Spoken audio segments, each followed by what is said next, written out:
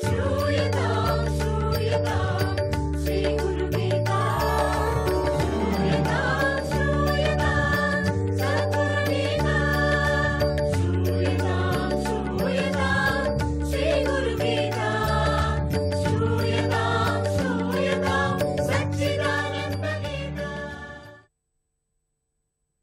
जय गुरुदत्त श्री गुरुदत्त। శీలం శీలం అంటే సత్ప్రవర్తన కలిగి ఉండటం. ఇది ఆధ్యాత్మిక రంగంలో చాలా ముఖ్యమైనది. మంచి ప్రవర్తన. చాలామందికి చీటికి మాటికి కోపం వస్తూ ఉంటుంది, చికాకు పడుతూ ఉంటారు, జతకు సోమారితనం, జతకు అక్కర్లేనటువంటి పనుల మీద చాలా ఆసక్తికరంగా ఉంటారు, అక్కర్లేని విచారంగా ఇద్దరు ముగ్గురు చేరుకొని మాట్లాడుతూ ఉంటారు. ఇవన్నీ కూడా కంట్రోల్ చేసుకుంటే శీలం మంచిగా అభివృద్ధి అవుతుంది. శిష్యులను శీలవంతులుగా తీర్చిదిద్దటానికి గురువు ఎన్నో రకాలుగా కష్టపడుతూ ఉంటారు. మనకు అనిపిస్తుంది, ఎందుకింతగా ఇన్ని ప్లాన్లు ఎందుకు చేస్తున్నారు సద్గురువు, ఇన్ని మాటలు ఎందుకు మాట్లాడుతున్నారు, ఇంత విచారం ఎందుకు కష్టపడుతున్నారు, ఇదెందుకు చేస్తున్నారు, అదేం చేస్తున్నారు అంటే ఎవరికో పాఠం నేర్పడానికి కష్టపడుతూనే ఉన్నారు ఆయన. అందరికీ మంచిని కలుగజేసే సత్ప్రవర్తనే శీలం అంటే. అందరికీ మంచి జరగాలంటే సత్యం, అహింస, దయ, దానం వంటి ధర్మాలని త్రికరణ శుద్ధిగా ఆచరించాలి. అంటే కేవలం పైకి అబద్ధం చెప్పకుండా ఉంటే చాలదు.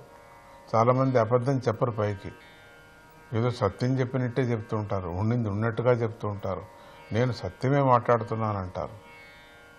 అది వాళ్ళలో లోపల మాత్రం చాలా అసత్యం, ఈర్ష్య, లోపల కుళ్ళు, తర్వాత స్వార్థము ఇవన్నీ నిండుకో ఉంటుంది. అట్లా మనసులో కూడా సత్య ప్రవర్తనే కలిగి ఉండాలి. మనసులో పైకి మాత్రం సత్యం చెప్పినట్టు చెప్తూ లోపల చాలా ఈర్ష్య, అంటే కడుపు మంట, తర్వాత ఇంకొకరిని చూస్తే అయ్యేలేదు, మరి తనకే అన్నీ కావాలా, నేను చెప్పినట్టే వినాలా అనేటువంటి మొండితనం, నేనే సత్యం మాట్లాడుతున్నా మిగతా వాళ్ళు ఎవరూ మాట్లాడటం లేదు అనే విధంగా, నేను మాత్రమే సత్యవంతుడుగా ఉన్నాను అనేటువంటి గుణము ఉండు. నువ్వు లోపల కూడా అట్లే ఉంటే నువ్వు అప్పుడు నీకు సార్థకం అవుతుంది. లోపల అట్లే ఉండేవాడికి బయట మాట్లాడు కదా. అంటే లోపల కూడా ఉండాలి. ఏ ప్రవర్తన వల్ల నువ్వు బ్రతుకుతూ నీతో పాటు 10 మందిని బ్రతికిస్తావో, ఏ ప్రవర్తన వల్ల నువ్వు అభివృద్ధి చెందుతూ ఇతరుల అభివృద్ధికి కూడా కారణమవుతావో, ఏ ప్రవర్తన వల్ల నువ్వు సంతోషంగా ఉంటూ మిగిలిన వారిని కూడా సంతోషంగా ఉండనిస్తావో అదే సత్ప్రవర్తన, అదే శీలం.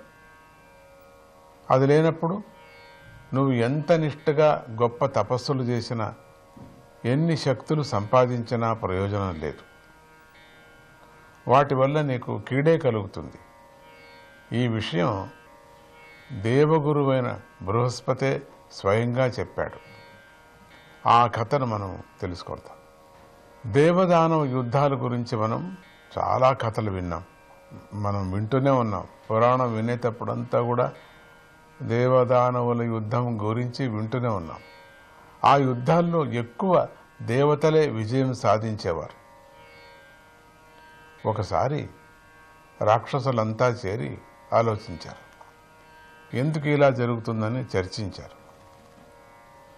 దేవతలు చేసే తపస్సుల వల్ల, యాగాల వల్ల త్రిమూర్తులు సంతోషించి వాళ్లకు సహాయం చేస్తున్నారని చెప్పేసి తెలిసింది బాగా. వెంటనే ఏం చేశారు దేవతలు, ఏ యజ్ఞాలు చేస్తున్నారో, ఏ మంత్రాలతో తపస్సు చేస్తున్నారో రహస్యంగా గమనించారు.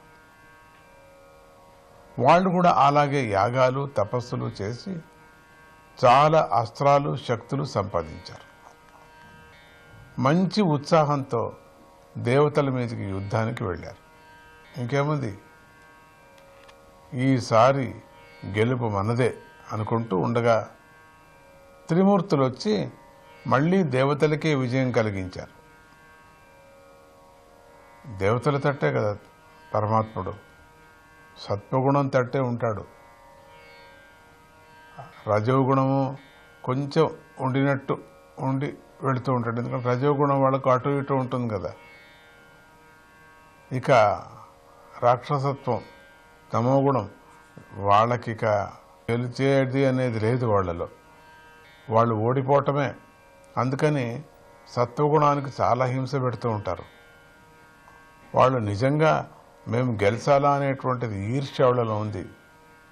కానీ దేవతలే పెద్దవారు అనేటువంటి భావన వాళ్ళలో రాలేదు. ఎంతోమంది రాక్షసులు కూడా వచ్చింది కాబట్టి వాళ్ళు చాలా పెద్ద సద్భక్తులు అయ్యారు. ప్రహ్లాదుడు రాక్షసుడే కదా, ఎంత మంచి భక్తుడు. ఇట్లా రాక్షసులు చాలామంది ఉన్నారు. అక్కడ గజాసురుడు, ఇట్లా చాలామంది ఉన్నారు. ప్రారంభంలో కొంచెం యుద్ధం చేసినా మళ్ళీ వాళ్ళందరూ కూడా విష్ణు భక్తులు అయ్యారు. అదెందుకు అని అంతెందుకు మనం వెళ్ళాలా?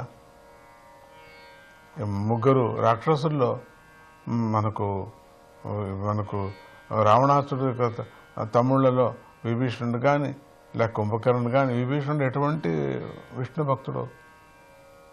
అందుకని రాక్షసులకు ఎప్పుడూ కూడా గెలుచుకోవాలా, తొందర పెట్టాలా అని చెప్పేసి ఉంటుంది. చూస్తాం మళ్ళీ మనకేమవుతుందో. జై గురుదత్త.